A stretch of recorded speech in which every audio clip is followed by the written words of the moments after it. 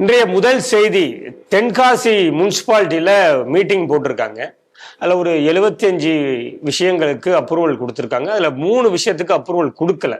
அது வந்து நார்ம்ஸை ஃபாலோ பண்ணி இல்லை அப்படின்னு சொல்லிட்டு எதிர்ப்பு தெரிவிச்சிருக்காங்க. ஆனாலும் அதையும் மீறி அங்கே வந்து அது பாஸ் பண்ணியிருக்காங்கன்னு நினைக்கிறேன்.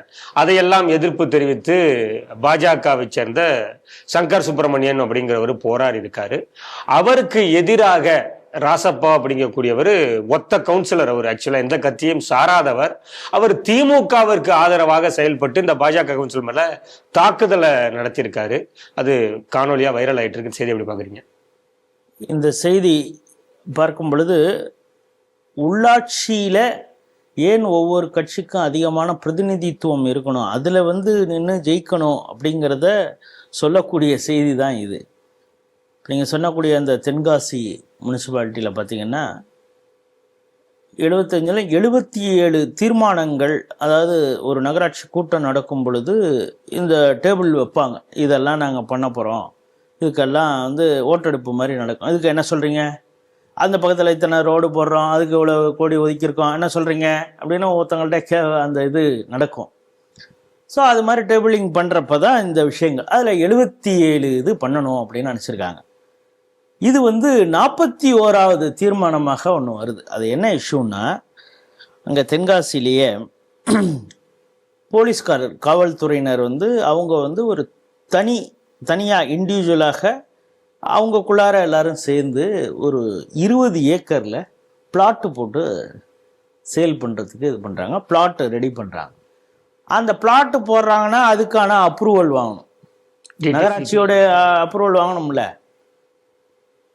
நகராட்சிக்கு அப்ரூவல் வாங்கணும்னா அதை சில கிரைட்டீரியாவை அவங்க ஃபாலோ பண்ணியிருக்கணும் இல்லையா? விவசாய நிலமா இருக்கக்கூடாது, ரோடு வசதி 30 அடிக்கு போடுறீங்களா, 60 அடிக்கு போடுறீங்களா, 10 அடி ரோடா, எத்தனை ரோடு எந்த அளவுக்கு போடுறீங்க அப்படிங்கிறது, தண்ணி வசதி, பைப்லைனுக்கு நீங்கள் 2-3 இடத்துலையாவது போர் ஏதாவது போட்டு இது பண்ணியிருக்கீங்களா, ஒன்று கரண்ட் கனெக்ஷன் எப்படி கொடுக்க போகிறீங்க, அப்படி இதையெல்லாம் செஞ்சால் தான் அந்த பிளாட்டுக்கு அப்ரூவலே நகராட்சி கொடுக்கும். அந்த நகராட்சி இந்த அளவையர் அந்த அதிகாரி பெயர் யார் அப்படின்னு பார்த்தீங்கன்னா காஜா மைதீன். நான் இப்போ சொல்கிற பேர்லாம் நீங்கள் எல்லாம் நோட் பண்ணிங்க. காஜா மைதீன் அவர்கிட்ட சேர்மேனாக இருக்கிறது. அது ஆக்சுவலி மொத்தம் 33 பேர். அதில் சேர்மனாக இருக்கிறவர் திமுக சேர்ந்தவர் தான் இருக்கிறாரு.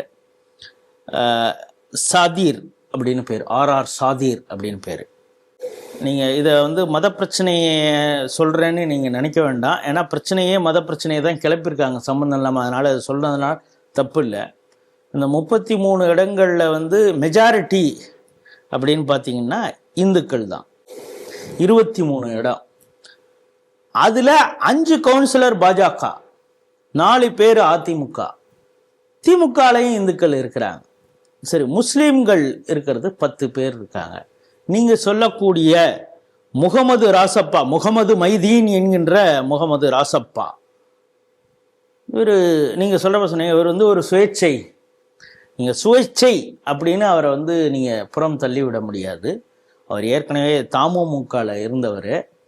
அங்கு வரவு செலவு பிரச்சனையில் ஏதோ ஒன்று நடந்தப்போ அதனால் அவர் அந்த அமைப்பிலிருந்து கலட்டி விடப்பட்டாரா, இல்லை பிரச்சனை வந்ததுனால அவர் வெளியில் வந்தாரா அப்படின்னு. ஆனாலும் அவர் ஒரு அடிப்படைவாத இஸ்லாமியர், அடிப்படைவாத ஒரு முஸ்லீம் அப்படிங்கிறத புரிஞ்சுக்கணும். அவர் இப்பொழுதும் போலீஸுடைய கண்காணிப்பில் இருக்கிறார். என்னங்க கவுன்சிலரான்னு சொல்கிறீங்க, அவர் போலீஸ் கண்காணிப்பில் இருக்கீங்க அப்படிங்கிறீங்க அப்படின்னா, அவரை பல அமைப்புகளோடு இருக்கக்கூடிய தலைவர்கள்லாம் அவரை அப்பப்போ பார்ப்பாங்க. வெளிநாடுகள்லேருந்து இருக்கக்கூடிய ஒரு ஸ்ரீலங்காவில் கூட ஏதோ ஒரு அமைப்பு இருக்குதான், அதோடைய தலைவர்கள்லாம் பார்த்தாங்க அப்படிங்கிற சொல்கிறாங்க. நமக்கு முழுசாக தெரியல, இதெல்லாம் போலீஸ்கிட்ட தான் அதற்கான இதெல்லாம் இருக்கும். அதனால தானே அவரை போலீஸ் வாட்ச் டாக்ல வச்சுருக்காங்க அப்படிங்கிறதை நம்ம கூர்ந்து கவனிக்க வேண்டியதாக இருக்குது. இந்த லே அவுட்டுக்கு நீங்கள் மற்ற ஒரு தனியார் ஒருத்தர் பிளாட்டு போடுறாரு, ஒரு ரியல் எஸ்டேட் பண்ணுறவர், அவர் ஒரு இடத்த வாங்கி 1 ஏக்கரில் வாங்கி அவர் பிளாட் போட்டுனான்னா நீங்கள் அவருக்கு இல்லாத நாம்ஸ் எல்லாம் சொல்கிறீங்க. இவங்க 20 ஏக்கரில் போலீஸ் போடுறாங்க. அவங்கெல்லாம் சேர்ந்து தனியாராக இருந்து அவங்கெல்லாம் ஒரு கூட்டாக சேர்ந்து தான் அதை பண்ணுறாங்க. இதுக்கு என்ன அவங்க சொல்கிறாங்கன்னா, இது கனெக்ஷன் வந்துவிடும், ரோடு போட்டு விடுவார்கள். இந்த இதெல்லாம் சேர்த்து நாங்கள் அப்ரூவல் கொடுக்கணும் அப்படிங்கிறது மாதிரி டேபிள் பண்ணுறாங்க. இதை பாஜகவுடைய கவுன்சிலர் சங்கர் சுப்பிரமணியம் எதிர்ப்பு தெரிவிக்கிறார். அவரோடு சேர்ந்து அதிமுகவில் இருக்கக்கூடிய கவுன்சிலர்களும் எதிர்ப்பு தெரிவிக்கிறாங்க. சரி, இவங்க மட்டும்தான் எதிர்ப்பு தெரிவிக்கிறாங்களா? திமுகவில் இருக்கக்கூடிய ஒரு 3 பேரும் எதிர்ப்பு தெரிவிக்கிறாங்க. முடிஞ்சதா? எதிர்ப்பு தெரிவிக்கிறப்ப எப்படி நீங்க அப்ரூவல் கொடுக்கலாம் அப்படின்னு சொன்ன உடனே, இந்த அப்ரூவல் கொடுக்கக்கூடிய அத்தாரிட்டியாக இருக்கக்கூடியவர் யாருன்னா, நான் சொன்ன அந்த நகர அதிகாரி, திட்ட அளவை அந்த அதிகாரி காஜா மைதீன். அந்த காஜா மைதீனை சங்கர சுப்பிரமணியம் கேட்கிறார், நீங்க எப்படிங்க அப்ரூவல் கொடுக்குறீங்க? இந்த அப்ரூவல் கொடுக்கறதா இல்லையா அப்படின்னு யார்கிட்ட நீங்க கேட்கணும்? அதிகாரிட்ட தானே கேட்கணும். காஜா மைதீன் தானே அதிகாரி. அவர்கிட்ட சங்கர சுப்பிரமணியன் கேள்வி கேட்கிறாரு அப்படின்னு ஒண்ணு நான் சொன்னேன். அடிப்படைவாத இஸ்லாமியர் இந்த ராஜப்பா, முகமது ராஜப்பாங்கிறது ஏன்னா அவர் முஸ்லீம் அதிகாரின்னு நீ வந்து கேள்வி கேட்கிறியா அப்படின்னு சங்கர சுப்பிரமணியனை, இங்க எங்கேயாவது மதம் வந்துச்சா? அதிகாரி காஜா மைதீன் தானே. அப்படி பார்த்தீங்கன்னா இந்த 20 ஏக்கர் பிளாட்ல போலீஸ் போடுறாங்கல்ல, அதுவும் பெரும்பாலான போலீஸ் இந்துவா தானே இருப்பாங்க. அதுக்கு தானே கேள்வி கேட்கிறாங்க. ஏன்னா மற்றவங்களுக்கு ஒரு நியாயம், இவர்களுக்கு ஒரு நியாயமானு கேட்கிறாங்கல்ல. இது எங்க மதம் வந்தது? அந்த அதிகாரியை கேள்வி கேட்டார் சங்கர சுப்பிரமணியன், அவரோடு சேர்ந்து அதிமுகவினர் கேட்டாங்கிறதுக்காக அதை மத பிரச்சனையாக ஏற்படுத்துறாரு. என்னன்னா, இந்த கூட்டம் முழுசா நடந்து விடக்கூடாது. அதுக்கப்புறம் நீங்க சொன்னீங்க அது நடந்ததா, பல இதை தீர்மானம், இந்த 41வது தீர்மானத்துல இந்த பிரச்சனை வந்ததுன்னு அதோடு நிறுத்தி முடிஞ்சிருச்சு. சேர்மன் வந்து அவரு வெளிநடப்பு இவங்க வந்து உள்ளிருப்பு போராட்டம் பண்றாங்க.